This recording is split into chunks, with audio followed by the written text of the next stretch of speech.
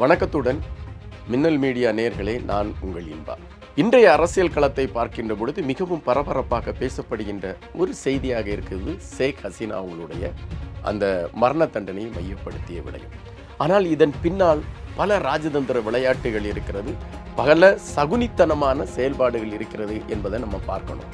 காரணம் பார்ப்பீர்கள் என்றால், இந்தியாவை எப்படியாவது சிக்கலில் மாட்டி வைக்க வேண்டும் அல்லது இந்தியாவிற்கு பெரிய நெருக்கடிகளை கொடுக்க வேண்டும். அதற்கான களமாகத்தான் இந்த ஷேக் ஹசீனா அவர்கள் எடுக்கப்பட்டிருக்கிறாரா என்கின்ற கேள்வி ஒருபுறம் எழும்பக்கூடிய அதே வேளையில் இன்னொரு பயங்கரத்தை மையப்படுத்திய நிகழ்வுகளையும் நம்மால் இப்பொழுது பார்க்க முடிகிறது. காரணம், பங்களாதேஷில் நடந்து கொண்டிருக்கக்கூடிய ஆட்சி ஒட்டுமொத்தமாக இந்தியாவிற்கு எதிரான ஒரு நிலைப்பாட்டில் பயணிக்கக்கூடிய ஒரு ஆட்சி. அந்த ஆட்சி இப்பொழுது பாகிஸ்தானோடு இணைந்து கொண்டு இந்தியாவை வீழ்த்துவதற்கு அல்லது இந்தியாவின் பாதுகாப்பை அச்சுறுத்துவதற்கான ஒரு களத்தை எடுக்கிறதா? இது இங்கு பிரதான கேள்வியாக எழும்பியிருக்கு. இந்த அச்சுறுத்தல்களிலிருந்து இந்தியா தன்னுடைய ராஜதந்திர நகர்வுகளால் வெற்றியை ஈட்டுவதற்கான ஒரு களத்தை நோக்கி முன்னேறுவதற்கான ஒரு வாய்ப்பு இருக்கிறதா?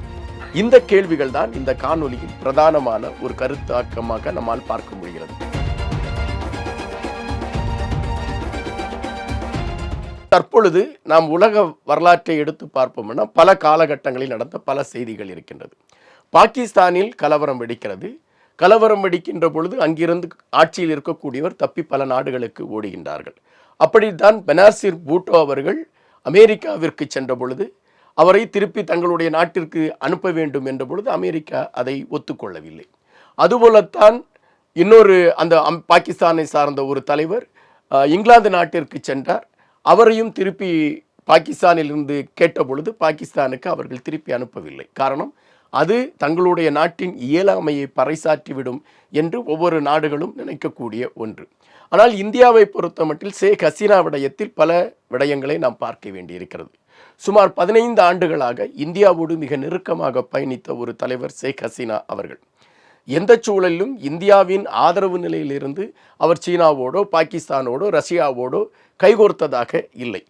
ஒட்டுமொத்தமாக இந்தியாவை மையப்படுத்திய ஒரு அரசியல் களத்தோடு பயணிக்கக்கூடிய ஒரு சூழலை எடுத்தவர் தான் ஷேக் ஹசீனா அவர்கள். இந்த சூழலில்தான் பாகிஸ்தானின் தூண்டுதலால் பங்களாதேஷில் கலவரம் வெடிக்கும் என்றும் அந்த கலவரத்தில் ஷேக் ஹசீனா அவர்கள் படுகொலை செய்யப்படுவார் என்கின்ற தகவலும் இந்தியாவின் உளவு பிரிவிற்கு தெரிந்த காரணத்தினால் இந்தியாவின் உளவு பிரிவு வேக வேகமாக அதற்கான களங்களை நகர்த்தி ஷேக் ஹசீனா அவர்களை காப்பாற்றுவதற்கான ஒரு முயற்சியை எடுத்து, அதாவது அமெரிக்காவின் உளவு பிரிவையே ஒரு ஆட்டம் காட்டிவிட்டு ஒரு வெற்றியை நோக்கி நகர்த்தி விட்டது இந்தியா அந்த ஷேக் ஹசீனா அவர்களை காப்பாற்றி.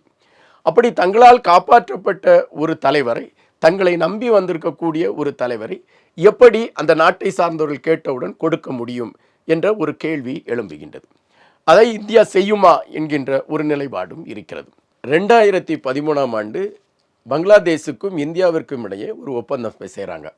அந்த ஒப்பந்தத்தில் என்ன பிரதானமாக பேசப்படுதுன்னா, இப்போது பங்களாதேஷில் ஏதாவது தப்பு பண்ணிவிட்டு அவங்க இந்தியாவில் தஞ்சம் அடைந்திருந்தாலோ, இந்தியாவில் இருக்கவங்க கூட யாராவது தப்பு பண்ணிவிட்டு அவங்க பங்களாதேஷில் போய் தஞ்சம் அடைஞ்சிருந்தாலும் அவங்கள இந்த வழக்கின் சாராம்சத்தை மையப்படுத்தி, இப்போ இந்தியாவில் அந்த வழக்கு அவரை குற்றவாளின்னு சொல்லுதுன்னா பங்களாதேஷில் இருந்தால் அவரை திருப்பி அனுப்பிடணும். இதுதான் இந்த ஒப்பந்தத்தின் சாராம்சம். ஆனால் இந்த ஒப்பந்தத்தில் ஆர்டிக்கிள் 6 அப்படிங்கிற ஒரு பகுதியில் வேறு சில விஷயங்கள் செய்யப்படும். ஒரு பொலிட்டிக்கல் தலைவர் இருக்கார். அந்த பொலிட்டிக்கல் தலைவர் தஞ்சம் என்று இந்தியாவிற்கு வந்திருக்கிறாரு. அவர் மீது ஒரு வழக்கு எடுக்கப்படுறாங்க. அந்த வழக்கில் பார்த்தீங்கன்னா ஒரு பொலிட்டிக்கல் மோட்டிவேஷனோட அவரை அழிக்கணும் அப்படிங்கிற ஒரு நிலைப்பாடை எடுத்து அவர் மீது வழக்கு பதிவு செய்து அதனால் ஒரு நடவடிக்கை எடுக்கப்படுதுன்னா அவரை அனுப்பணுமா வேண்டாமா என்பதை இந்தியா முடிவு செய்யலாம் என்பது தான் அதில் இருக்கக்கூடிய ஒரு பெரிய சாராம்சம். இப்போ ஷேக் ஹசீனா அவங்கள பொறுத்த மட்டும் அவங்க இப்போ இந்தியாவில் தஞ்சமாக இருக்காங்க. ஆர்டிக்கிள் 6 என்கின்ற அந்த பகுதியை வைத்து பார்க்கின்ற பொழுது இந்தியா தான் அதற்கான முடிவை எடுக்கும். எனவே பங்களாதேஷ்காரங்க கேட்ட உடனே இந்தியா ஷேக் ஹசீனாவை அனுப்பிவிடுமானா அதன் பின்னணியில் பல விடயங்களை குறித்து நாம் பார்க்க வேண்டி இருக்கிறது. இந்தியாவில் இதற்கு முன்னால் யாராவது ஒரு ஆள் இப்படி தஞ்சம் ஆகியிருக்காங்களா? அவங்கள இந்தியா அடுத்த நாடு கேட்ட பொழுது விட்டு கொடுத்துருக்கா அப்படின்னு பார்க்கும்போது நமக்கு எல்லாருக்குமே தெரிஞ்ச ஒரு பெயர் தான் தாய்லாமா. தாய்லாமா அவங்க சீனாவுக்கு எதிராக களத்தில் நின்ற காரணத்தினால் அவங்கள சீனா கைது செய்து அவரை அழிப்பதற்கான முயற்சி எடுக்கிறது. அப்போ அவங்க தஞ்சம்னு சொல்லிக்கிட்டு இந்தியாவிற்கு வராங்க. இந்தியா அவங்களுக்கு அடைக்கலம் கொடுக்குது.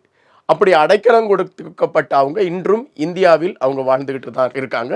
இந்தியாவில் அதற்கான களங்கள் அவருக்கு உருவாக்கப்பட்டு கொடுக்கப்பட்டிருக்கிறது. ஆனால் சீனா பலமுறை அவரை எப்படியாவது கைது செய்து எடுத்து விட வேண்டும் என்று இந்தியாவிடம் பலமுறை சீனா போராடி இருக்கு. ஆனால் இந்தியா அதற்கு இதுவரை ஒத்து கொடுக்கவில்லை. காரணம் பார்த்தீங்கன்னா, சீனாவும் இந்தியாவும் கீரியும் பாம்புமாக இருக்கக்கூடிய ஒரு நாடு. அப்படிப்பட்ட நாடுகள் அந்த சூழலில் இருக்கக்கூடிய சூழலில் கூட இந்தியா சீனாவிடம் தாய்லாமாவை ஒப்படைப்பதற்கான களத்தை எடுக்கவில்லை. இந்த சூழலில் பங்களாதேஷை பொறுத்தமட்டில் இந்தியாவினால் உருவான நாடு. அதுபோல இந்தியாவுக்கு தெரியும் பங்களாதேஷின் பலம் என்ன, பலவீனம் என்ன என்று. தற்பொழுது ஷேக் ஹசீனா அவர்களை இந்தியா பங்களாதேஷுக்கு கொடுத்து விட்டால் அது பாகிஸ்தான் போன்ற நாடுகள் பங்களாதேஷுக்குள் கூடி கும்மாளம் அடிப்பதற்கு ஒரு களத்தை அமைத்துவிடும். எனவே இந்தியா இதை ராஜேந்திர நகர்வுகளாக எடுப்பதற்கான ஒரு முயற்சிகளை தான் எடுக்கும். நமக்கு தெரிந்த வகையில் ஷேக் ஹசீனா அவர்களை இந்தியா திருப்பி அனுப்பாது என்பதுதான் நிஜம். ஒருவேளை இந்த வழக்கு அதன் பின்பு வேறு பல சாராம்சங்கள் எடுக்கப்படுகின்ற பொழுது இந்த இந்தியா இந்த ஷேக் ஹசீனா அவர்களுடைய விவகாரத்தை இந்தியாவின் நீதிமன்றத்திற்கு கொண்டு செல்லும். இந்தியாவின் நீதிமன்றத்திற்கு கொண்டு செல்லுகின்ற பொழுது அந்த நீதிமன்றம் என்ன தீர்ப்பை வழங்குகிறதோ அந்த தீர்ப்பை செயல்படுத்தலாமா என்றால் அந்த தீர்ப்பை செயல்படுத்தலாமா வேண்டாமாங்கிற முடிவு பண்ண வேண்டியதே இந்தியாவின் ஆட்சி மன்றமாக இருக்கிறது. எனவே ஒருவேளை நீதிமன்றம் ஷேக் ஹசீனா அவர்களை அனுப்பிவிடுங்கள் என்றால் கூட இந்தியாவின் ஆட்சி மன்றம் அதை ஏற்றுக்கொண்டால் தான் அனுப்ப முடியும். ஒருவேளை இந்தியா ஷேக் ஹசீனா அவர்களை இப்பொழுது பங்களாதேஷுக்கு அனுப்பிவிடலாம் அப்படிங்கிற ஒரு முடிவை எடுத்துட்டாங்கன்னு வச்சுக்கோங்க. ஷேக் ஹசீனா அவங்க இப்போ இந்தியாவில் இருக்காங்க. அவங்க இந்தியாவின் நீதிமன்றத்தை நாடலாம்.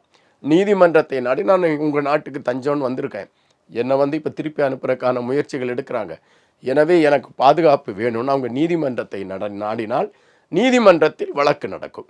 இந்த வழக்கு முடிவதற்கு சுமார் 6 மாதம் ஆகலாம், 6 வருஷம் ஆகலாம், 16 வருஷம் ஆகலாம்.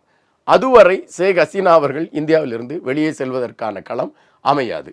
ஆனால் தற்பொழுது உள்ள சூழலில் இந்தியாவின் ராஜதந்திரமாக பார்க்கப்படுகின்ற ஒரு செய்தி என்னன்னு பார்த்தீங்கன்னா, ஷேக் ஹசீனா அவர்களை வைத்துக்கொண்டு பாகிஸ்தான், சீனா போன்ற நாடுகள் பங்களாதேஷை கையில் எடுத்துக்கொண்டு நடத்தி கொண்டு இருக்கக்கூடிய இந்த ராஜதந்திர விளையாட்டை முறியடிப்பதற்கான களத்தை அதே ஷேக் ஹசீனா அவர்களை வைத்து இந்தியா கையில் எடுத்திருக்கிறது என்பதையும், தன்னை வல்லரசு என்பதை அது பறைசாற்றுவதற்கான களத்தை மிக தெளிவாக எடுத்துக்கொண்டு நகர்ந்து கொண்டிருக்கிறது என்பதுதான் நம்மால் இப்பொழுது சொல்லக்கூடிய ஒரு விடயமாக இருக்கிறது. இப்பொழுதுள்ள சூழலில் இந்த அரசியல் களங்களை எல்லாம் நம்ம அப்படி உன்னிப்பாக பார்க்கின்ற பொழுது நமக்கு தெரிந்த செய்தி என்னன்னு பார்த்தீங்கன்னா, இந்தியா பங்களாதேஷில் ஒரு பெரிய ஆட்சி மாற்றத்திற்கான ஒரு களத்தை கையில் எடுக்கும். இன்னைக்கு யார் ஆட்சியில் இருக்காங்களோ ஒரு கூடிய விரைவில் அவர்களுடைய ஆட்சிகள் கலைக்கப்பட்டு இந்தியாவின் ராவின் விளையாட்டு கையில் எடுக்கக்கூடிய அந்த செயல்பாடுகள் பல விபரீதங்களை பங்களாதேஷில் கட்டுவிக்கும் என்பதாகத்தான் நம்மால் கணிக்க முடிகிறது. காத்திருப்போம். இன்னும் பல செய்திகளை தேடி உங்களோடு நான் பயணிக்க இருக்கிறேன். நன்றியுடன் இன்பா.